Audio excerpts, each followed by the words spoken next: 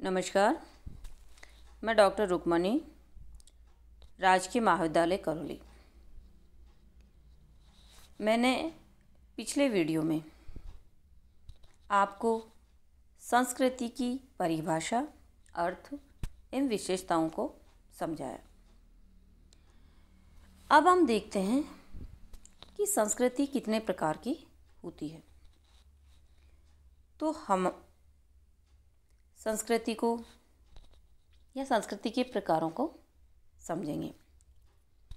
American समाजशास्त्री ऑकबर्न ने संस्कृति को भौतिक और अभौतिक दो भागों में विभाजित किया है।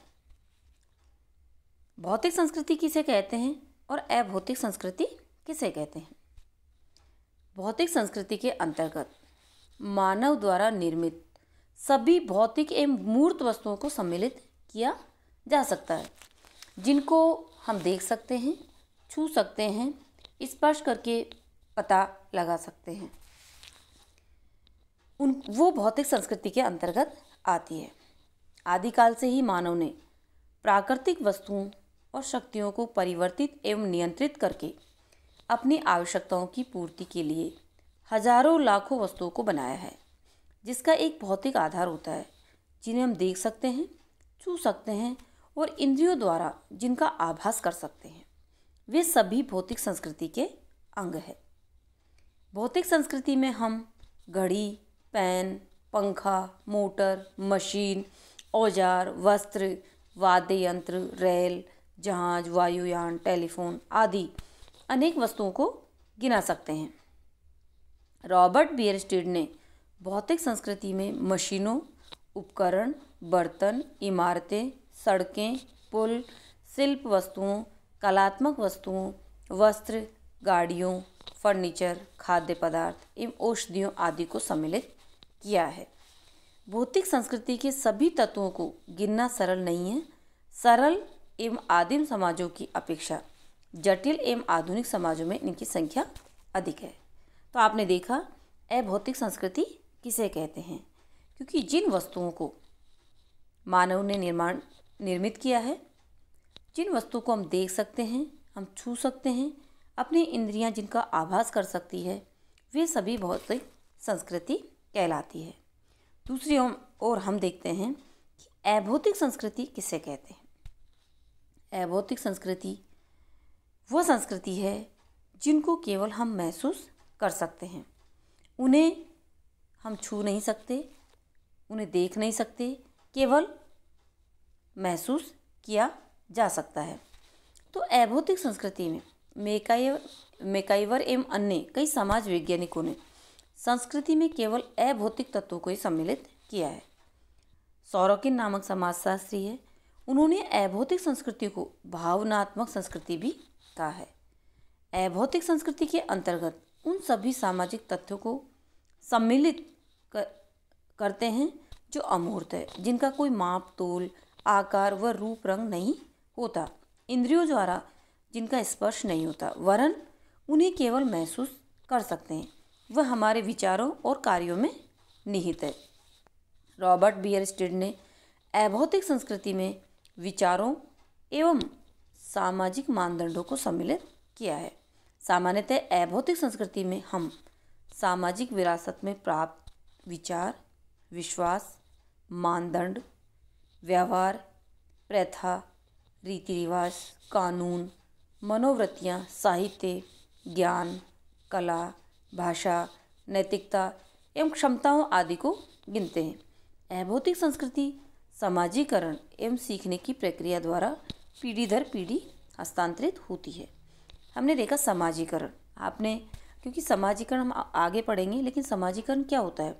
समाजीकरण एक सीखने की प्रक्रिया होती है जो हम जब से पैदा होते हैं और मृत्यु तक ये प्रक्रिया चलती रहती है, क्योंकि मानव या मनुष्य या बच्चा जीवन में हर समय कुछ न कुछ सीखता रहता है। जो सीखने की प्रक्रिया है वही समाजीकरण कहलाती है। तो हमने भौतिक और अभौतिक संस्कृति को यहाँ देखा। अब हम देखते हैं कि भौतिक व अभौतिक संस्कृति में क्या अंतर है। तो वैसे स्पष्ट हो रहा है कि भौतिक संस्कृति कैसी है? मूर्त, जिसको हम देख सकते हैं, छू सकते हैं, एहसास कर सकते हैं। जबकि अभौतिक संस्कृति अमूर्त होती है। इसको केवल हमारे जो मूल्य हैं, हमारे प्रतिमान हैं, इनको केवल हम महसूस कर सकते हैं। जो हमारे विश्वास है, हमारे मापदंड है, उनकी जो रीति रिवाज है, उनका हम अभौतिक दृष्टि से उनको महसूस कर सकते हैं। तो अभौतिक संस्कृति के अंतर्गत हमारे विश्वास आते हैं, हमारे व्यवहार आते हैं, हमारी प्रथाएं आती है, रीति रिवाज आते हैं, जिनको हम देख नहीं सकते बल्कि महसूस कर सकते हैं। दूसरा, अभौतिक संस्कृति भौतिक संस्कृति की अपेक्षा धीमी गति से परिवर्तित होती है। यह देखिएगा कि अभौतिक संस्कृति भौतिक संस्कृति की अपेक्षा धीमी गति से परिवर्तित होती है, क्योंकि भौतिक संस्कृति तो ऐसी है कि आज एक कार आई, थोड़े दिनों बाद उसका नया मॉडल आ जाएगा या नया रूप उसका आ जाएगा, नया वर्जन आ जाएगा। लेकिन हमारे जो मूल्य हैं, हमारे प्रतिमान हैं, हमारी जो परंपराएं हैं, वो इतनी आसानी से परिवर्तित नहीं होती। अगली, अभौतिक संस्कृति का संबंध मानव के आंतरिक जीवन से है, जबकि भौतिक संस्कृति का संबंध बाह्य जीवन से। अभौतिक संस्कृति जो हमारी है वो आत्मा से जुड़ी हुई है। जो हमारे मूल्य हैं, हमारे विश्वास है, हमारे प्रतिमान है, हमारे मापदंड है, वो हमारे आंतरिक जीवन से जुड़े हुए होते हैं। जबकि भौतिक संस्कृति का संबंध बाह्य जीवन से है, जो हमारी केवल सुख सुविधाएं हमें प्रदान करती है। अभौतिक संस्कृति में वृद्धि धीमी गति से होती है, जबकि भौतिक संस्कृति में तीव्र गति से। क्योंकि भौतिक संस्कृति मानव आवश्यकताओं की जननी है। मानव को जिन जिन चीज़ों की आवश्यकता होती है वो उनको बनाता जाता है, उनका निर्माण करता जाता है। लेकिन अभौतिक संस्कृति में जो परंपराएं हैं, मूल्य हैं, वो किसी एक व्यक्ति द्वारा नहीं बनाए जाते, बल्कि मूल्य प्रतिमान समाज से हमें मिलते हैं और नए नए मूल्य प्रतिमान गढ़ते जाते हैं। लेकिन इनकी गति बहुत धीमी होती है, क्योंकि इनको न तो बहुत आसानी से ख़त्म किया जा सकता है, न नए परंपराएं या प्रतिमान तीव्र गति से गढ़े जा सकते हैं। तो इसीलिए अभौतिक संस्कृति में वृद्धि धीमी गति से होती है, जबकि भौतिक संस्कृति में तीव्र गति से होती है।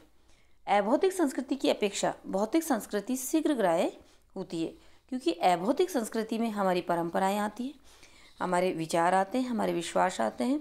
इनको ग्रहण करना बहुत मुश्किल होता है, क्योंकि दूसरे की संस्कृति ग्रहण करना हमारे लिए थोड़ा सा कठिन होता है। लेकिन जो भौतिक संस्कृति है, जो मानवीय जो संसाधन हैं, जिन्हीं के जो उत्पादन हैं, उनको हम बहुत तीव्र गति से ग्रहण कर लेते हैं। मान लीजिए उदाहरण के तौर पे विदेशी संस्कृति को हम अपनाने में झिझक महसूस करेंगे और उसमें जो अच्छा ही है उसको भी हम बहुत धीमी गति से, बहुत सोच विचार करके उनको अपने में सम्मिलित करेंगे, जिसको हम संस्कृतिकरण का नाम देते हैं। लेकिन भौतिक संस्कृति यदि मानव जीवन को सरल बनाती है, सुलभ बनाती है, तो उसको शीघ्र ग्रहण कर लेते हैं। तो ये है भौतिक तथा अभौतिक संस्कृति में अंतर। तो हमने देखा कि भौतिक संस्कृति किसे कहते हैं और अभौतिक संस्कृति किसे कहते हैं। तो भौतिक संस्कृति को आपको समझ में आ गया कि भौतिक संस्कृति उसे कहते हैं जो मानव द्वारा निर्मित होती है और जो मूर्त होती है, जिसको हम देख सकते हैं, छू सकते हैं। लेकिन अभौतिक संस्कृति केवल हम महसूस कर सकते हैं, उनको हम इंद्रियों के द्वारा छू कर नहीं देख सकते। तो ये हमने भौतिक संस्कृति और अभौतिक संस्कृति के बारे में जाना।